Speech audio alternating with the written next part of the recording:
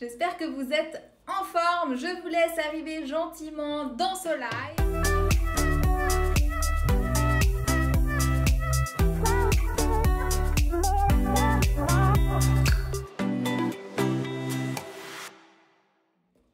Donc aujourd'hui, on va parler des craquages alimentaires. Donc comme d'habitude, j'ai préparé une petite partie explicative sur le sujet, donc je vais vous en parler maintenant. Et puis après, je réponds à toutes vos questions, comme ça vous laisse le temps de mettre les questions pendant ce temps. Alors, les craquages. En fait, il y a plein de sortes de craquages, on va le voir aujourd'hui. La première chose que je voulais vous dire, c'est que déjà pourquoi j'ai choisi ce sujet. En fait, très souvent, que ce soit dans le groupe Facebook, en coaching ou dans les personnes qui m'écrivent sur Instagram, YouTube et tout, ce que je me rends compte, c'est que vous avez énormément de peine à craquer, à lâcher prise en fait, à manger une fois un peu plus que d'habitude, sans culpabiliser ou sans que ça engendre un effet un peu boule de neige. Vous craquez une fois, après ça s'arrête plus, vous pensez que si vous craquez, vous allez prendre du poids. Donc voilà, on va détailler tout ça ensemble. Ce que je voulais aussi vous dire, c'est que en fait, soit c'est très dur au début, donc vous avez un peu de peine à craquer, vous faites un rééquilibrage alimentaire, je vous vois dans les programmes et tout, et je vois que c'est un peu difficile, alors je vous challenge un peu, et une fois que c'est lancé, ça va, vous l'intégrer dans votre routine, et c'est ok, et ça se passe bien. Soit l'autre situation, c'est que vous refusez de craquer. Et là, il y a deux situations possibles. En général, c'est soit parce que vous pensez que si vous craquez, en fait, ça va déclencher une avalanche de craquage. Vous vous dites, si je craque une fois, c'est fini, je vais craquer tout le temps. Et puis, il faut pas craquer. Vous diabolisez un peu certains aliments. Vous pensez que vous pouvez pas vous les permettre, que ça va engendrer quelque chose de trop grave. Alors, ça, le problème, c'est que soit les habitudes sont trop fraîches. En fait, vous venez de commencer un rééquilibrage alimentaire, vous venez de commencer des nouvelles habitudes et effectivement, vous sentez que vous êtes encore titillé. C'est vraiment dans les 2 premières semaines, c'est pas évident. Alors là, effectivement, on essaye quand même de tenir et de laisser le temps aux nouvelles habitudes de s'instaurer. Par contre, si ça fait longtemps que vous avez l'alimentation que vous avez actuellement, c'est qu'il y a un gros problème de frustration et que effectivement, si vous craquez, ça va être l'avalanche et que justement, il faudrait absolument éviter ça. Et pour ça, on va venir retravailler sur l'alimentation parce qu'il y a un problème et c'est pas du tout normal d'être frustré à ce niveau-là. Donc ça, on le verra un peu plus tard. Sinon, l'autre possibilité pour laquelle vous pouvez refuser de faire des craquages, c'est que vous êtes persuadé que si vous craquez, vous n'aurez pas ou moins de résultats. Et ça, c'est absolument faux, tellement faux que c'est plutôt l'opposé. Alors, je vais vous l'expliquer assez simplement. En fait, si vous craquez jamais, votre métabolisme il va s'adapter. Ce qui signifie que vous allez en fait pas avoir de rebond sur l'alimentation, pas de changement, c'est toujours pareil. Le corps s'adapte et donc vous perdez plus de poids. Donc contrairement à si vous aviez fait des petits craquages où vous perdez encore du poids, vous obtenez encore des résultats, en faisant ça en fait vous bloquez les choses. Le corps s'adapte, c'est toujours pareil, c'est toujours la même chose. Et donc si vous voulez encore perdre du poids, que vous avez cet objectif là, ça va être beaucoup plus dur que si vous aviez eu un peu plus de patience, que vous n'aviez pas voulu tout mettre sur la table dès le début. Et puis dans ce cas, on peut faire des petits rebonds comme ça. Et justement, les craquages sont plutôt vos alliés dans ces cas-là. Après, on verra, il y a craquage et craquage. Ce qu'il faut aussi voir, c'est que chaque fois que vous refusez de craquer, j'aime bien donner cet exemple en coaching, donc ceux qui sont en coaching, qui sont là aussi ce soir, vous avez sûrement déjà entendu cet exemple. Je vous dis souvent, en fait, quand vous refusez de craquer, c'est un peu comme si vous faisiez une dette. Vous accumulez une dette, mais tôt ou tard, les amis, il faudra payer. Et en fait, le jour où vous allez payer, plus la dette sera importante, plus vous n'arriverez pas à vous sortir d'une situation qui sera vraiment difficile. Vous allez craquer tout le temps, vous allez faire des crises et plus vous avez été strict, plus ce sera atroce. Donc quand on entend parler d'hyperphagie et compagnie, ce qu'elle attend, c'est une énorme frustration qui a souvent duré très longtemps et qui était très intense. Donc pensez bien à une chose, quand on se frustre de façon au niveau de l'alimentation, de toute façon, on le paye à un moment ou à un autre et plus on abuse, plus l'addition sera salée. On paye de toute façon à un moment, c'est comme ça, c'est la vie. Alors ensuite, ce que je voulais voir avec vous, c'était un craquage, qu'est-ce que c'est? Parce qu'il y a plein de sortes de craquages et des fois, c'est pas tout à fait des craquages non plus. Alors, je vous ai identifié 4 sortes, mais je pense qu'il y en aurait encore pas mal. Peut-être qu'en discutant avec vous tout à l'heure, je pourrais rajouter quelques-unes à la liste. J'ai mis ce qui me venait à l'esprit en préparant le live. Donc déjà, le premier craquage que j'identifie, c'est celui qui n'est pas prévu. Par exemple, vous allez faire les courses, vous voyez, je sais pas, une boule de Berlin, vous dites « Ah, j'ai envie », vous l'achetez, vous la mangez, c'était pas prévu. Alors là, c'est un craquage qui n'était pas prévu, c'est pas grave, ça arrive. C'est plutôt sain même parce que vous avez vous êtes fait plaisir. Après, ce qui peut arriver, c'est que ça dérape un peu. Vous n'avez pas mangé une boule de Berlin, vous en avez plutôt mangé 3. Alors là, ça devient un gros craquage. Mais de nouveau, s'il n'y a pas de culpabilité après, que c'est pas tout le temps, que c'est vraiment un épisode occasionnel, ça reste plutôt sain, ça fait partie de l'équilibre.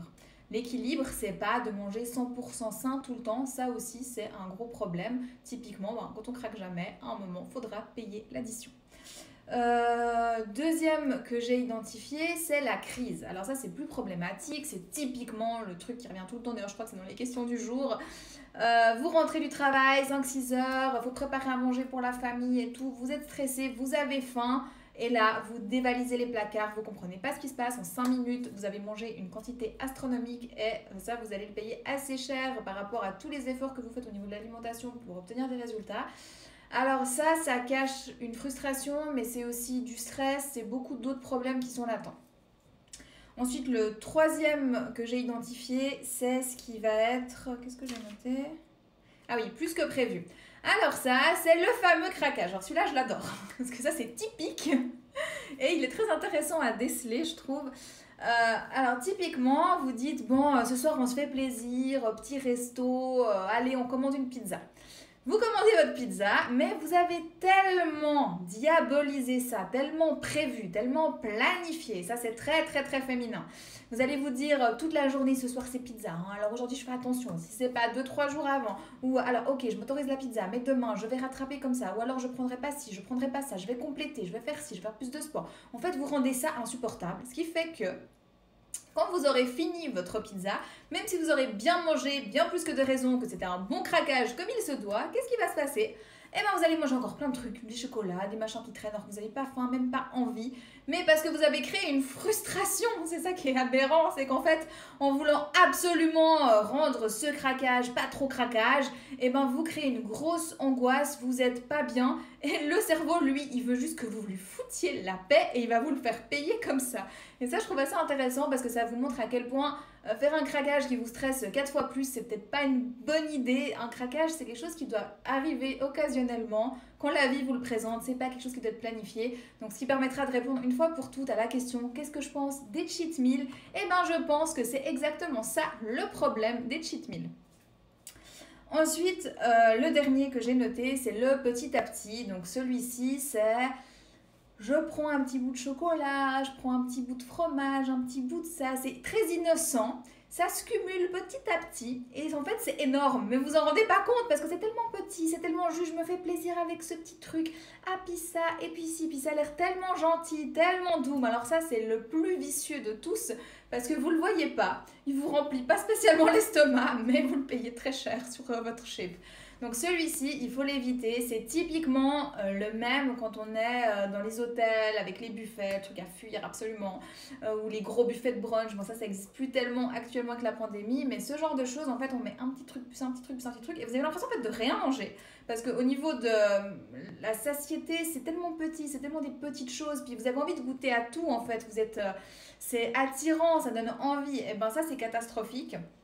Et en fait, le tout petit, c'est énorme. Et là, c'est un problème. Donc vraiment, évitez ce genre de choses qui sont en fait des trompe-l'œil. Voilà. Donc ça, c'est ceux que moi, j'ai identifiés. On pourra parler tout à l'heure de ceux que vous identifiez dans vos quotidiens. C'est très intéressant, je trouve. Ce que je voulais encore vous dire par rapport à ça, c'est oui, la question qui revient souvent, et d'ailleurs je crois qu'elle est aussi dans les questions du jour, c'est est-ce qu'il faut corriger? Est-ce qu'il faut compenser? Donc je pense que j'ai déjà un petit peu répondu tout à l'heure avec l'exemple, mais non, clairement pour moi, il ne faut jamais chercher à compenser un craquage. Alors bon, s'il y a une situation très exceptionnelle, on peut en discuter, mais globalement, plus vous allez vouloir compenser, plus vous allez vouloir...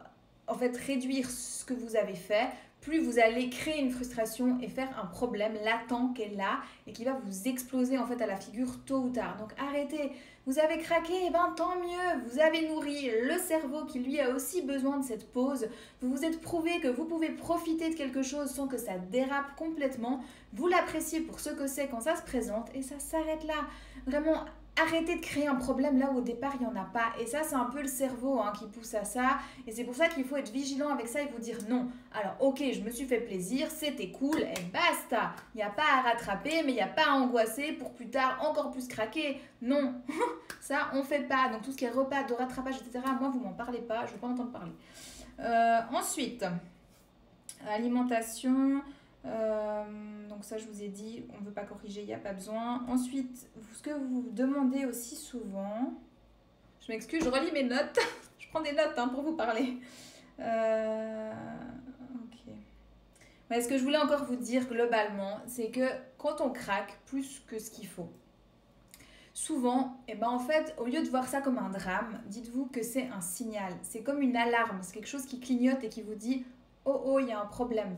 Parce que si vous craquez plus que de raison, qu'on n'est pas dans le petit craquage qui n'est pas grave, qui est sain, que c'est des crises, que c'est trop, que ça vous angoisse, que ça va pas, en fait, c'est un signal qui veut dire que votre alimentation n'est pas équilibrée et que ça va pas. Et tôt ou tard, vous allez le payer. Tôt ou tard, ce que vous avez perdu comme poids de manière drastique, vous allez le payer. Arrêtez de vouloir perdre du poids plus rapidement. Arrêtez de penser que vous, si vous faites un rééquilibrage alimentaire, que sur votre corps à vous, ça va pas marcher, que c'est trop sain, que c'est trop parfait, que si vous faites ça, vous allez forcément pas perdre du poids, que ça, vous le ferez plus tard quand vous aurez perdu 10 kilos avec la pire méthode du monde. Non, en fait, ça, c'est juste une perte de temps. Et c'est juste en fait vous faire du mal, vous valez mieux que ça, vous pouvez vous aimer, faire ça de manière positive, vous sentir bien, découvrir des nouveaux plats, découvrir comment donner à votre corps ce dont il a besoin et vous débarrasser de tout ça. Donc vraiment ne voyez pas les rééquilibrages alimentaires comme quelque chose de ah oui bon mais ça c'est pour ceux qui n'ont pas de poids à perdre, pas du tout. Ce qui va éviter les craquages, c'est une alimentation saine. Une alimentation saine, qu'est-ce que c'est? Ça veut dire qu'il y a assez de macronutriments, donc les quantités dont votre corps a besoin de lipides, de protéines, de glucides, ça je vous en parle tout le temps, mais aussi les minéraux, les vitamines, tout ça, vous en avez en suffisance. Vous buvez assez, vous faites du sport, vous êtes actif. Et si vous avez tout ça, vous choisissez des aliments sains, non transformés, il y aura déjà très peu d'envie de craquage. Parce que quand on mange sain, on a aussi des collations, on a aussi tout ce qu'il nous faut et on n'a pas tout le temps envie de trucs qui sortent de ça. Mais quand ça arrive, on sait l'apprécier et ça s'arrête là. Parce que tout d'un coup, quand vous faites des gros craquages, au final, vous les appréciez pas tellement. Ces gros cheat meals, vous avez mal au ventre, vous êtes encore plus frustré et ça fait que générer des crises pour plus tard. Donc, sortez de ces schémas à la con. Et ce que je vous avais aussi noté, c'était les erreurs typiques en fait qui arrivent et qui vont créer des craquages tout le temps. C'est typiquement, je prends pas le petit déjeuner parce que le matin j'ai un petit peu moins faim et que je vais économiser des calories, etc. Même moi je l'ai fait cette erreur il y a quelques années, c'est de se dire ça, mais en fait c'est faux parce que vous créez une faim qui va arriver à un autre moment de la journée, c'est un déséquilibre. Vous déséquilibrez les choses. Après, bien sûr, il y a des personnes qui n'ont pas besoin du petit déjeuner, que ça leur convient, pas de souci. Mais si derrière, vous êtes typiquement la personne qui mange beaucoup trop le soir, qui craque régulièrement, posez-vous des questions parce que vouloir toujours avoir quelque chose de plus à un moment, plus gros à un moment et moins à un autre, c'est pas une bonne méthode. Et du coup, c'est pareil pour les collations. Les collations, vous en avez très souvent besoin. Et pour je ne sais quelle raison, on ne veut pas. On se dit, bon, je tiens jusqu'au souper. Mais au final, vous arrivez au souper, vous avez la dalle. Vous mangez plus parce que vous n'arrivez pas à contrôler. Ne vous mettez pas dans ces situations. Appréciez chaque repas tout au long de la journée. C'est tellement plus satisfaisant. Ne créez pas de frustration. C'est ça, en fait, la clé. Ne générez pas de frustration. Vous avez envie d'un craquage, alors craquez. Tant que c'est pas tout le temps. Ce qui est pas sain, c'est si c'est tout le temps, là, ça devient une addiction, il y a un autre problème. Voilà, donc je pense que j'ai fait le point. Ce que je peux vous dire encore, c'est que si vous avez l'impression qu'au moindre écart, vous prenez du poids, que vous ne pouvez pas craquer, etc. Souvent, là, c'est que le métabolisme, il est bloqué. Donc, dans ce cas-là, vous allez voir tous les contenus que je vous ai écrits là-dessus, toutes les vidéos YouTube que je vous ai faites sur le sujet du métabolisme. Par contre, faites attention parce que j'ai vu traîner sur YouTube pas mal de pubs autour de ça. De la pub un peu mensongère. J'ai aussi vu des messages passer, des questions très bizarres qu'on m'a posées autour du métabolisme. Alors, il n'y a pas de miracle. Le métabolisme, on peut le relancer avec du sport adapté, de l'alimentation adaptée. C'est ce que je vous propose dans le programme que j'ai créé.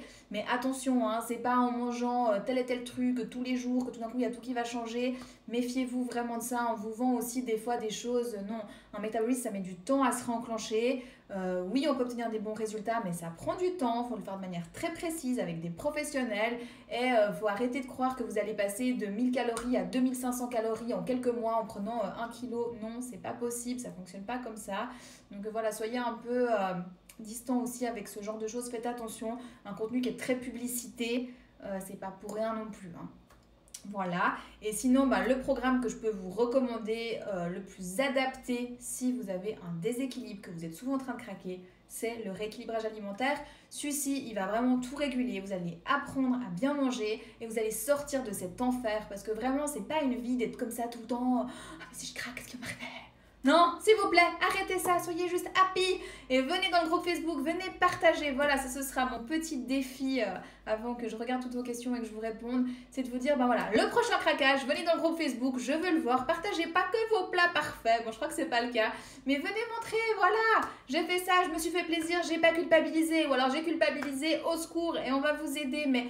Arrêtez de vous mettre dans votre coin, de vous inventer un monde avec tout ça. Stop! La vie, c'est aussi fait pour en profiter, hein? Bon, sur ce, je vais lire vos questions et je répondrai à celles que vous m'avez remises avant le live. Donc, si vous avez encore des questions, d'accepter une soirée entre amis, car je sais que je vais me faire plaisir et culpabiliser le lendemain. Alors ça, c'est très triste et je sais que ça arrive beaucoup, hein, donc c'est très bien que tu en parles.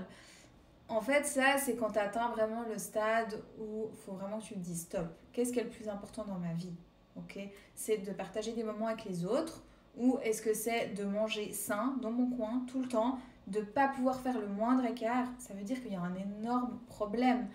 Et là, tu peux réguler ça en fait. Retrouve une alimentation saine et équilibrée, lâche prise. Mets un peu de distance avec tout ça. Des fois, vous êtes tellement focalisé, vous faites un tel stress autour de ça qu'en fait, ça va vous faire prendre du poids. Les hormones, ça a aussi un impact. Il y a plein d'autres choses. La perte de poids, la gestion du poids, c'est pas que qu'est-ce que vous mangez, c'est pas que les craquages. Au contraire, arrêtez de faire une maladie avec tout ça, mais surtout ne vous coupez pas du monde parce que ça, c'est les troubles du comportement alimentaire où c'est un grand pas dedans et vraiment lâchez prise. Vous n'êtes pas en train de faire une compétition de bodybuilding et vous voyez bien que ces bodybuilders, ils ont un physique à un certain moment pour la scène et après ils reprennent tout le poids et aussi ils vivent des fins extrêmes, des gros problèmes. Donc on va remettre un peu l'église au milieu du village, je crois, parce que ça va pas. D'ailleurs, je vous ai préparé une story là-dessus. Je pense qu'elle va arriver cette semaine.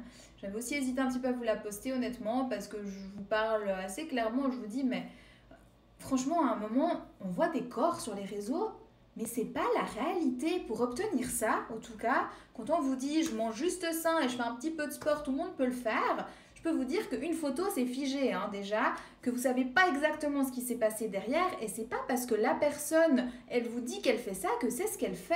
Arrêtez de prendre tout pour argent comptant, de tout croire comme ça. Je sais qu'on a envie parce que ça fait rêver, bien sûr, mais c'est pas la réalité. Et au final, qu'est-ce que ça fait? Ça crée encore plus de déséquilibre, encore plus de mal-être et ça vous fait rêver quoi 2 minutes et après vous angoissez pendant 10 ans. Arrêtez tout le temps de suivre les personnes qui font qu'au final vous vous sentez encore plus mal dans votre peau. Alors peut-être que je sors un petit peu du cadre et vous verrez ça dans mes prochaines stories. J'ai hésité un petit peu à en parler, je me sens toujours un peu mal à l'aise, que je veux en tout cas pas pointer du doigt ou des noms et c'est pour ça que je le ferai jamais.